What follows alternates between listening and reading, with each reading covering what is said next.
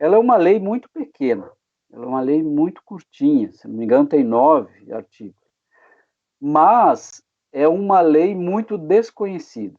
Ela é conhecida do boca a boca, entende? Então, se fez uma leitura distorcida da lei de cotas e é isso que muitas vezes é difundido.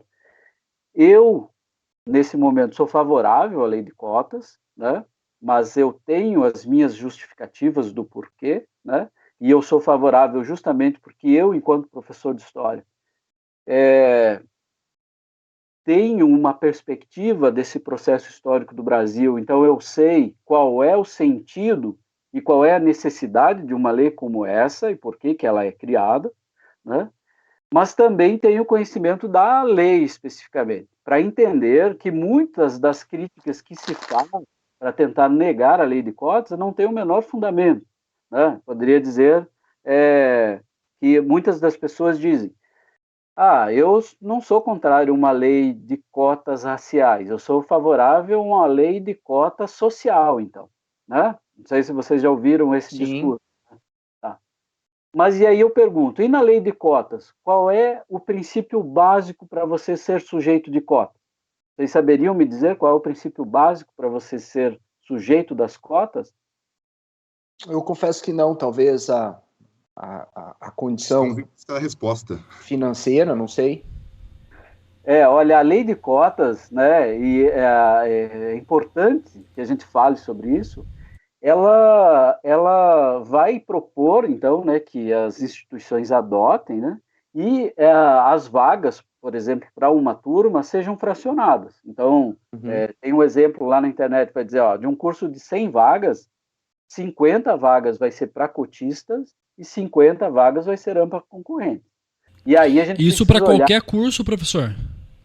isso. Por A exemplo, a lei. instituição aderiu à lei de cotas. Tá. Então, qualquer curso que ela ofereça vai assumir essa estrutura. Então, por exemplo, na UTFPR tem 44 vagas para cada curso. Então, 22 é para cotistas e 22 é ampla concorrência. Se cai num Tá? concurso público já muda um pouco, né, professor? Eu já vejo editais aí que traz um percentual bastante reduzido, 2%, 3%, 5%, até Aí 20%. porque daí isso vai ter que ser proporcional lá ao número de vagas que eles vão ofertar, né?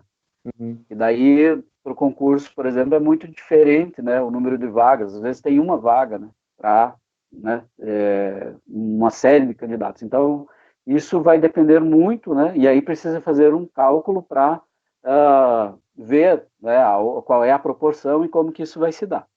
Mas ali, se eu for falar da universidade, por exemplo, né, isso é baseado no IBGE, por exemplo. Né, o número ali das cotas raciais, por exemplo, né, para pretos e pardos, é baseado pelo índice populacional aí de pretos e pardos do município onde aquela instituição está instalada.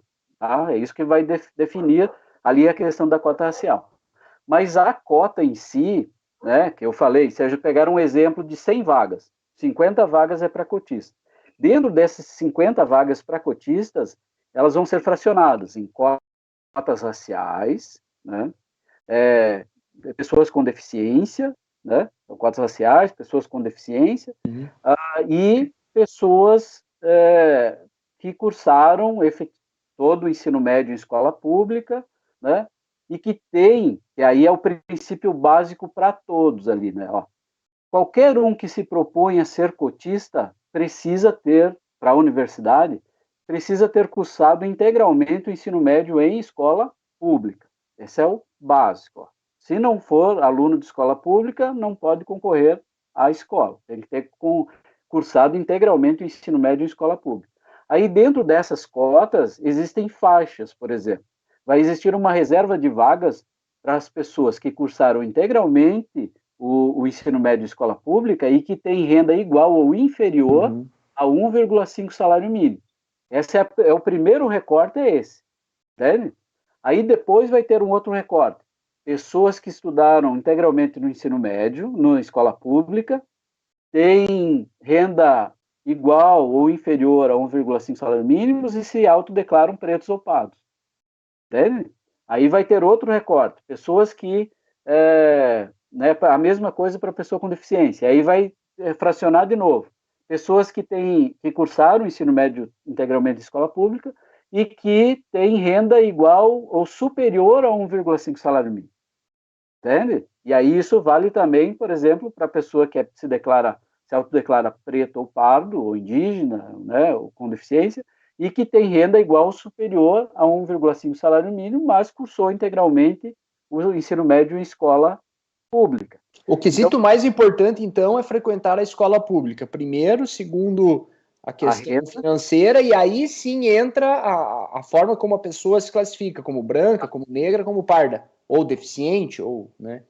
Aí entra o recorte racial, por exemplo, de pretos e pardos, indígenas, e o recorte para a pessoa com deficiência. Né? Então, algumas pessoas brincam, se esse sujeito que está reclamando da cota for visualizar mesmo, ele na ampla concorrência tem muito mais possibilidade de acessar uma vaga dentro da estrutura que a gente tem hoje do que uma pessoa que está concorrendo à cota muitas vezes, entende? Mas o que a gente precisa entender e por que eu sou favorável à cota nesse momento? Como uma possibilidade disso que vocês colocaram ali, de a gente pensar, né, uma reparação histórica. A cota é solução para esse problema? Não é, não é.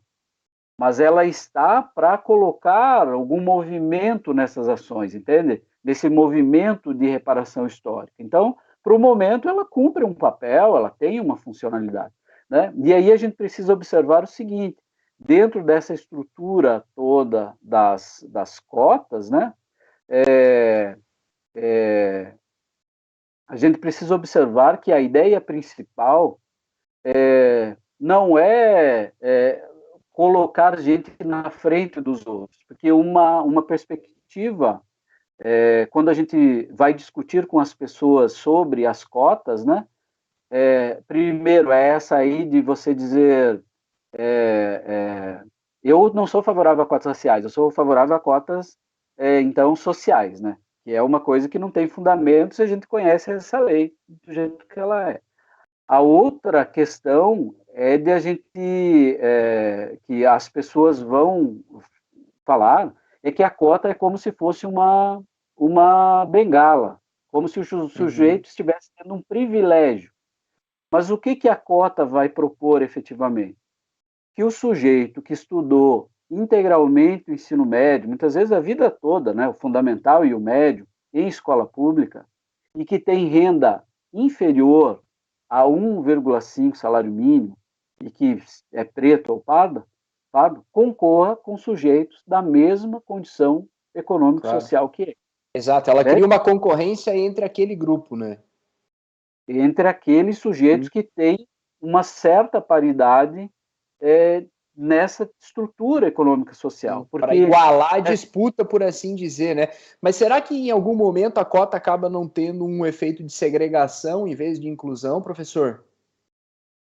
Bom, ela trabalha, talvez, nessa ideia de segregação para as pessoas que pensam a partir dessa perspectiva deslocada da própria lei, entende? Que vai dizer, ó, a lei de cotas, ao invés de superar esse problema, está criando um outro problema. Mas isso se dá se eu me mantenho naquela perspectiva de que eu estou sendo lesado pela cota, entende? Porque em boa parte desse discurso ele se dá nesse sentido. Exato. Eu estou sendo prejudicado pela cota, então a cota não serve. Então ele vai criando uma versão e que isso reflete pessoas. Essa é uma questão muito interessante da gente falar, inclusive, que isso reflete para a vida desses acadêmicos dentro do espaço da universidade.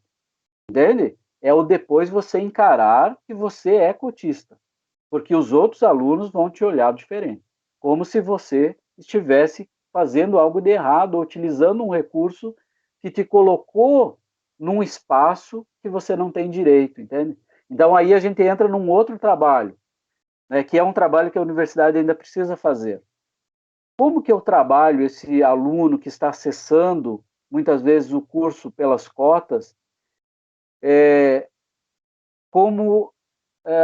para que ele reconheça que ele é um sujeito de direito, como qualquer outro, de estar ali, entende? Porque muitas vezes ele vem de uma família que ele é o primeiro a entrar na universidade e já vem de um discurso que as pessoas dizem que estudar não é para ele, porque a família deles nunca ninguém estudou, então estudar é para outras pessoas, entende? Então já vem desse discurso. Aí você chega na universidade e ingressa utilizando uma lei que te dá direito, que você tem que usar mesmo, e aí no espaço da universidade, né, alunos, e eu não vou dizer também que não servidores, muitas vezes até professores, olham para esse sujeito de forma diferenciada, né, como se ele estivesse fazendo alguma coisa errada. Então, isso a gente ainda precisa superar.